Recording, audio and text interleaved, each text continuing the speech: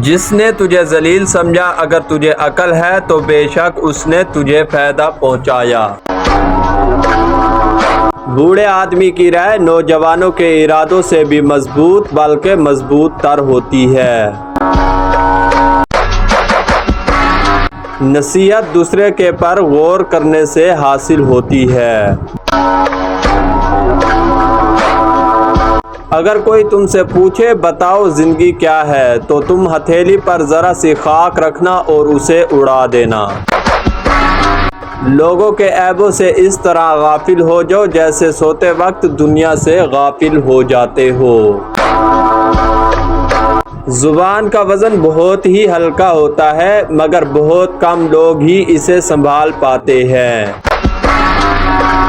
تجربہ انسان کو غلط فیصلے سے بچاتا ہے مگر تجربہ غلط فیصلے سے ہی حاصل ہوتا ہے۔ صبر کی دو صورتیں ہیں، جو ناپسند ہو اسے برداشت کرنا اور جو پسند ہو اس کا انتظار کرنا۔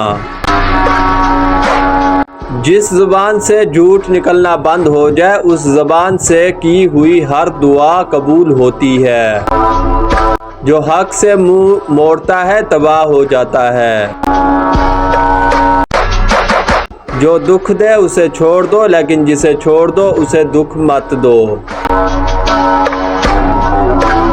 جس شخص میں یہ تین عادتیں ہوں وہ ضرور ذلیل و خوار ہوگا۔ پہلی عادت جو فضول خرچ کرتا ہو، دوسری عادت جھوٹ بولتا ہے اور تیسری عادت غصہ کرنا ہے۔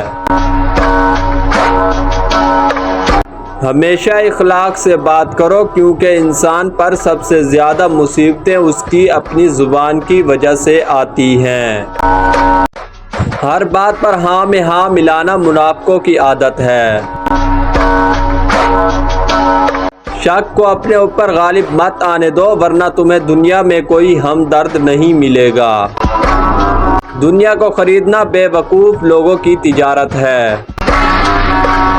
اپنا سر اونچا رکھو کہ تم کسی سے نہیں ڈرتے لیکن اپنی نگاہیں نیچے رکھو تاکہ پتہ چلے تم ایک باعزت گھرانے سے تعلق رکھتے ہو۔